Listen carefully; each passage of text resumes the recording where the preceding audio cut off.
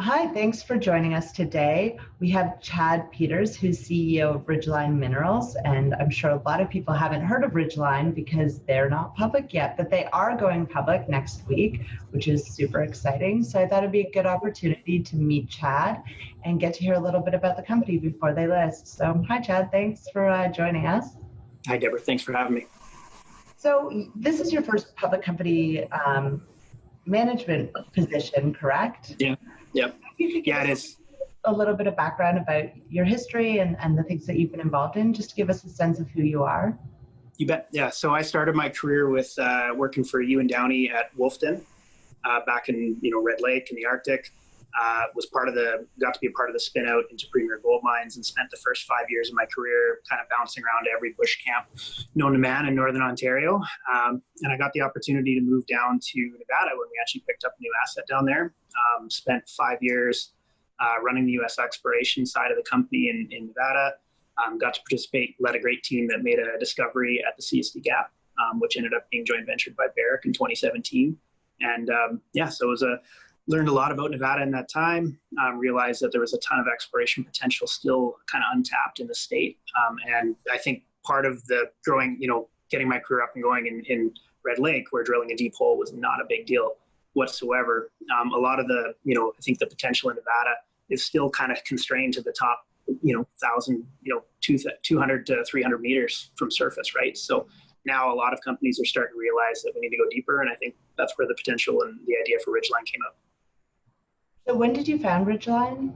I founded Ridgeline in 2018, and I co-founded it with Steve Nielsen of Envirotech Drilling. So he actually owns a drilling company. So we wanted to kind of set ourselves apart in a really difficult market to raise money back in 2018. I mean, stories like ours were still incredibly difficult to, everyone loved it, but getting someone to write a check was a whole different story. So we brought in, Steve and I co-founded the company together with the idea that, exploration is inherently risky. It's one of the more exploration things, they're risky things you can do.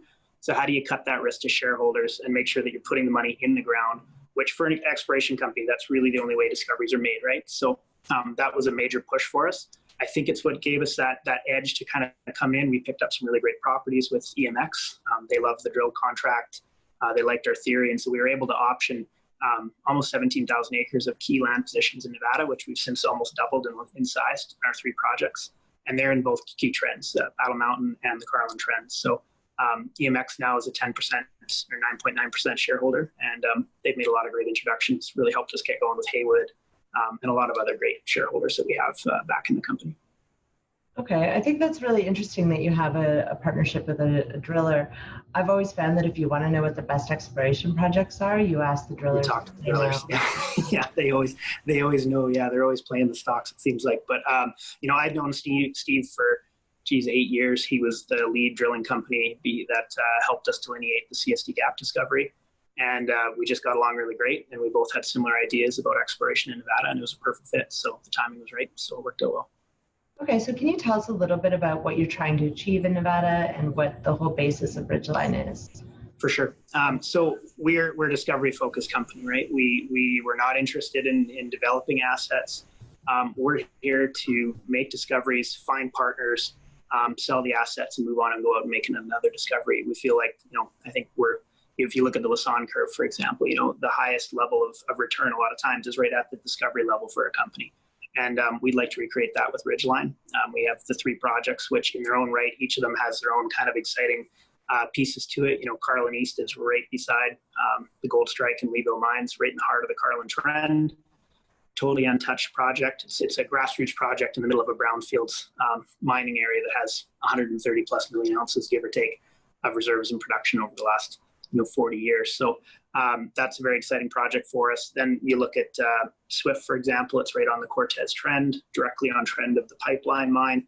Again, one drill hole tested the target area back in 1999 and hit good-looking Carlin-type alteration, 16 meters of 0.7 gold and 0.5 silver, which never got followed up on. So again, we're kind of just picking up these old projects, rethinking the geologic models, and we think with our great drilling contract, we're able to come in and test these things for really cheap. So, and then on top of that, right now we kind of almost forgot about Selena, which is we just put out a press release today. So We're drilling a 1,000-meter program at Selena right now, and it's turning into a really exciting potential oxide story. We have, up to 50 meters of 0.6 grams per ton in trenches, gold at surface, which is, for Nevada, that's very exciting numbers. And we're following up with drilling right now.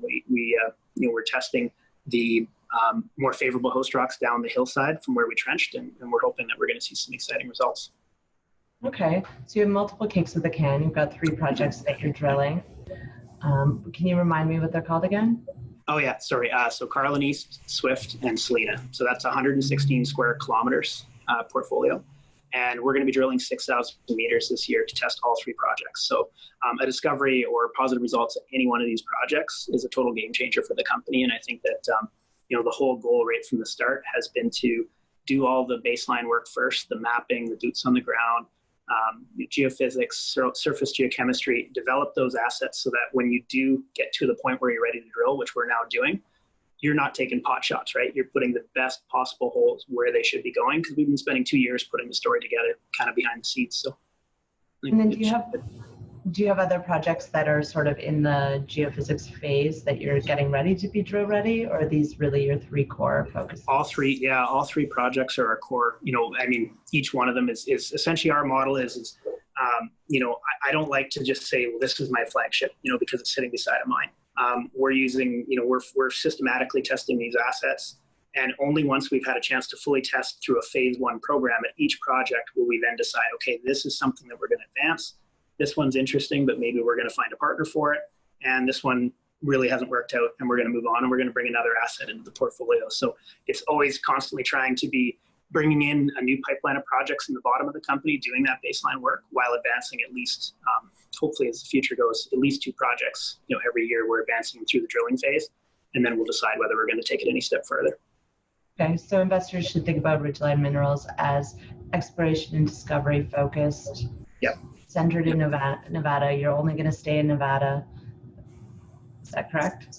Well, yeah, no, that's the plan. We think Nevada is amazing. Myself and my VP exploration, collectively over the last 5 years, Mike and I have been a part of well over 5 million ounces of discovery. So that's been all in Nevada. It's our backyard. We both live in, I live in Winnemucca. He lives in Elko. We're right on the trends. So it's a 45-minute drive to the projects for us. So we think Nevada's the place to be right now, especially with the gold markets where it's at. That's where you're going to get those premium valuations on discovery. So. Awesome. Well, thanks. I think I have a better understanding of the company. Is there anything else that I'm missing? Geez, that's a good question. I mean, we're one thing that's worth mentioning, I think, is our share structure. I'm the largest individual shareholder in the company. I plan on staying that way. I own well over 10% at this point. I've put $150,000 of my own money into the company over the last the IPO and the previous private rounds. And collectively, our whole management team owns 22% of the company heading into the IPO. So we're a very tight structure. We'll have about just under 50 million shares after the close of the IPO, and I think only about 14 million are free trading actually on the IPO itself. So there's we got really great shareholders and the ability with some success to really, I think, see it perform well for us. So you'll be listing on August 17th, hopefully. Correct. Yep, that's the plan. And what's the ticker? RDG. Okay. Rich. Yeah. On the venture. Yeah, so thanks for taking the time. I mean, you've got a great management team with past track record of discovery. You're in a great jurisdiction. You seem to have a really good land package with multiple asset, multiple discovery potential. So really exciting. When can people expect to start seeing results? Well, as I mentioned, we're drilling at Selena now. Those results will be into the lab by the end of next week. Of course, it's always can be, it can be up to 3-4 weeks at times to get results back. But as soon as those are ready, we'll be taking them to the market. While we're waiting on assays at Selena, we'll be moving up to the Swift project and starting our phase 1 program there. So we're just going to be constantly in parallel, be advancing these projects, assays coming out. So we should have a very multiple catalysts heading into the fall. Okay, great. Well, that's a great time to start putting out results. And if anyone's interested in hearing the full story, we will be hosting a webinar with Ridgeline Minerals on the 17th, the day they list, at 11 a.m. Eastern Time. So looking forward to that. Yeah, me too. Thanks for your time. Thanks, Deborah. Appreciate it.